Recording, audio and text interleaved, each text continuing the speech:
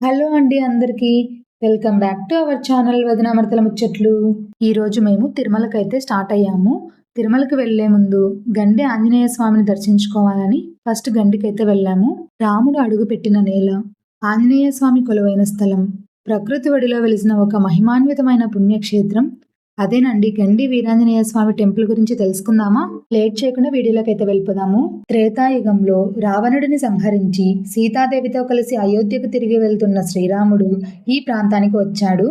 ఇక్కడి ప్రకృతి సౌందర్యానికి ముగ్ధుడై కొంతసేపు విశ్రాంతి తీసుకున్నాడని చెబుతారు. తన కుమారుడు ఆంజనేయుడి ప్రభువైన శ్రీరాముడికి స్వాగతం పలికేందుకు వాయుదేవుడు ఈ రెండు కొండల మధ్య బంగారు పూలతో ఒక మహా తోరణాన్ని అలంకరించాడని స్థానిక పురాణం చెప్తుంది.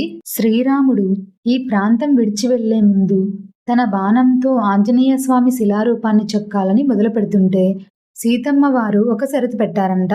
అమృత గడియల్లో మాత్రమే పూర్తి చేయాలి అని. ఇంకా శ్రీరాముడు శిలపై ఆంజనేయ స్వామి రూపాన్ని చెక్కడం మొదలుపెట్టాడు. అమృత గడియలు పూర్తయ్యేసరికి తల నుంచి పాదాల వరకు అంతా పూర్తయింది. ఒక్క చిటికన వేలు మాత్రం పూర్తవ్వలేదంట. ఇంకా ఆ విగ్రహం అలాగే ప్రతిష్ఠించి వెళ్ళిపోయారంట. ఆ తర్వాత పురోహితులు ఆ విగ్రహాన్ని చూసి ఇలా విగ్రహం అసంపూర్తిగా ఉండకూడదు అని వ్యాసరాయల్ని పిలిచారంట. ఆ శిలా చిత్రాన్ని సంపూర్ణ విగ్రహంగా మలచాలని ప్రయత్నించారట.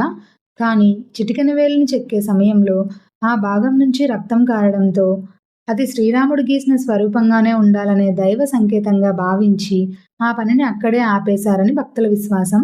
ఈ క్షేత్రానికి మరో విశేషం కూడా ఉంది. రెండు కొండల మధ్య వాయుదేవుడు కట్టిన బంగారు పూల తోరణం పవిత్రమైన ఆత్మలకు లేదా మరణ సమయం సమీపించిన వారికి మాత్రమే దర్శనమిస్తుందని స్థానిక నమ్మకం. బ్రిటిష్ పాలనలో మద్రాస్ గవర్నర్గా పనిచేసిన సర్ థామస్ మన్రో కూడా ఈ తోరణాన్ని చూశాడని ఇక్కడి ప్రజల్లో ఒక ప్రసిద్ధ కథనం ఉంది.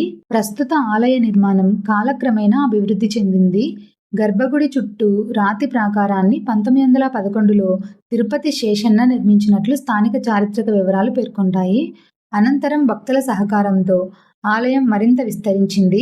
ప్రతి శనివారం శ్రావణ మాసంలో అలాగే హనుమాన్ జయంతి సందర్భంగా వేలాది మంది భక్తులు ఈ క్షేత్రానికి వచ్చి స్వామివారిని దర్శించుకుంటారు. గర్భగుడిలోకి మొబైల్ అలో చేయలేదు, ఫోటోలు వీడియోలు తీయలేకపోయాను. ఇక్కడ మీకు గూగుల్ నుంచి డౌన్లోడ్ చేసిన పిక్ అయితే యాడ్ చేస్తాను, చూడండి. దర్శనం అయితే చాలా బాగా జరిగింది. ఈ మధ్య గండి వీరాంజనేయ స్వామి ఆలయాన్ని అత్యంత అద్భుతంగా పునర్నిర్మించారు. సంప్రదాయ ద్రావిడ శిల్పకళా శైలిలో నిర్మించిన ఈ ఆలయంలో ఎత్తైన రాజగోపురం, విశాలమైన మండపాలు, రాతిపై చెక్కిన అందమైన శిల్పాలు ప్రతి ఒక్కరిని ఆకట్టుకుంటాయి. రామాయణంలోని ఎన్నో ఘట్టాలను గోపురాలు, గోడలపై ఎంతో నైపుణ్యంతో చెక్కడం ఈ ఆలయ ప్రత్యేకత. 2026 మే 12న హనుమత్ జయంతి సందర్భంగా మహాకుంభాభిషేకంతో ఈ ఆలయాన్ని ప్రతిష్ఠించారు. ఈ వీడియో చూసిన తర్వాత మీకేమనిపించిందో తప్పకుండా కమెంట్ చేయండి. మన వీడియోస్ని ఫస్ట్ టైం చూస్తున్నట్లయితే లైక్ చేసి, షేర్ చేసి, సబ్స్క్రైబ్ చేసుకోవడం మాత్రం మర్చిపోకండి. Thank you for watching.